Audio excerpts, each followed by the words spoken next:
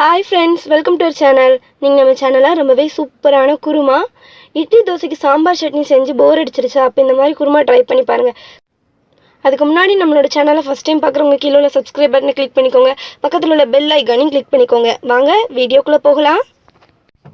First நம்ம coconut paste ready பண்ணிடலாம். அதுக்கு ஒரு மிக்ஸி ஜாரில் 1 கப் அளவுக்கு துருவின தேங்காய் சேர்த்துக்கோங்க. 2 ஸ்பூன் பொட்டுக்கடலை சேர்த்துக்கலாம். இப்போ இதில் தண்ணி சேர்த்து நல்லா பேஸ்ட்டு அரைச்சி எடுத்துக்க போகிறோம். இப்போ இதை ஓப்பன் பண்ணி பார்க்கலாம். பாருங்கள் ஃப்ரெண்ட்ஸ், இந்த அளவுக்கு நல்லா பேஸ்ட்டாக அரைச்சி எடுத்தாச்சு. இப்போ நம்ம குருமா செய்ய ஸ்டார்ட் பண்ணிடலாம். குருமா செய்கிறதுக்கு ஒரு பாத்திரத்தில் எண்ணெய் சேர்த்துக்கோங்க. எண்ணெய் நல்லா சூடாகட்டும். எண்ணெய் நல்லா சூடாயிருச்சு. இல்லை 1/2 ஸ்பூன் அளவுக்கு சோம்பு, ஒரு கைப்பிடி அளவு கருவேப்பிலை அதையும் இதில் சேர்த்துக்கலாம். 2 பெரிய வெங்காயம் இது குட்டி குட்டியாக கட் பண்ணி வச்சுருக்கோம். அதையும் இதில் சேர்த்து நல்லா கலந்து விட்டுக்கோங்க. வெங்காயம் நல்லா பொன்னிறமாக மாறி வரட்டும். வெங்காயம் நல்லா பொன்னிறமாக மாறி வந்துருச்சு. இப்போ இதில் 1 ஸ்பூன் அளவுக்கு இஞ்சி பூண்டு விழுது சேர்த்து நல்லா கலந்து விட போகிறோம். இஞ்சி பூண்டு சேர்த்து நல்லா கலந்து விட்டாச்சு. இப்போ இதில் மசாலா தூள் ஆட் பண்ணிக்கலாம். 1/4 ஸ்பூன் மஞ்சள் தூள், 1 ஸ்பூன் சில்லி பவுடர், உங்களுக்கு காரம் எக்ஸ்ட்ரா தேவை அப்படின்னா எக்ஸ்ட்ரா கூட சேர்த்துக்கலாம். 1/2 ஸ்பூன் மல்லித்தூள் சேர்த்துக்கோங்க.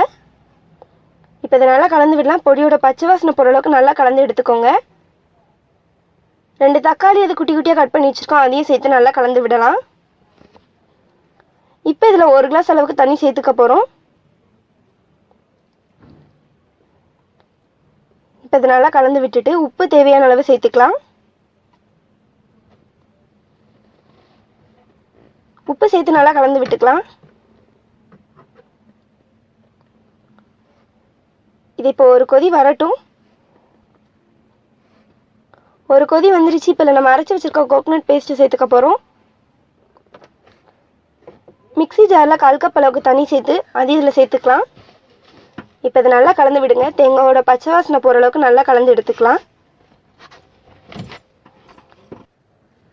இப்போ இந்த ஸ்டேஜில் உங்களுக்கு குருமா எந்த அளவுக்கு தண்ணி வேணுமோ அந்தளவுக்கு தண்ணி சேர்த்துக்கலாம். நாங்கள் இன்றைக்கி 1/2 கிளாஸ் அளவுக்கு தான் தண்ணி சேர்த்துக்கிறோம். தண்ணி சேர்த்து நல்லா கலந்து விடலாம். இப்போ இதை ஒரு மூடி போட்டு மூடி வைக்கலாம். 10 நிமிஷம் இது நல்லா கொதித்து வரட்டும். இந்த குருமா வந்து ரொம்ப ஈஸியாக செய்யலாம். இட்லி தோசைக்கெலாம் சூப்பரான காம்பினேஷனாக இருக்கும். 10 நிமிஷம் ஆயிடுச்சு. ஓப்பன் பண்ணி பார்க்கலாம். பாருங்கள் ஃப்ரெண்ட்ஸ், நம்மளோட குருமா சூப்பராக ரெடி ஆகிருக்கு. பாருங்கள் ஃப்ரெண்ட்ஸ், நம்மளோட குருமா சூப்பராக ரெடி ஆகிருக்கு. இப்போ இதில் குட்டி குட்டியாக கட் பண்ண மல்லி இலை சேர்த்துக்கோங்க. அவ்வளோதான், நம்மளோட குருமா சூப்பராக ரெடி ஆயிடுச்சு. இதை வேறு பாத்திரத்துக்கு மாற்றி வைக்கலாம். பாருங்கள் ஃப்ரெண்ட்ஸ், நம்மளோட குருமா எந்தளவுக்கு சூப்பராக ரெடி ஆயிடுச்சுன்னு. இட்லி தோசைக்கு நம்ம நார்மலாக சட்னி சாம்பார்னு வைக்காமல் இந்த மாதிரி குருமா செஞ்சு கொடுத்தோம் அப்படின்னா எல்லாருக்குமே ரொம்ப பிடிக்கும். கண்டிப்பாக நீங்கள் வீட்டில் ட்ரை பண்ணி பாருங்கள். இந்த வீடியோ உங்களுக்கு பிடிச்சிருந்தா தாயம்மாள் சமையலுக்கு சப்ஸ்கிரைப் பண்ணுங்கள், லைக் பண்ணுங்கள், ஷேர் பண்ணுங்கள், கமெண்ட் பண்ணுங்கள். தேங்க்யூ.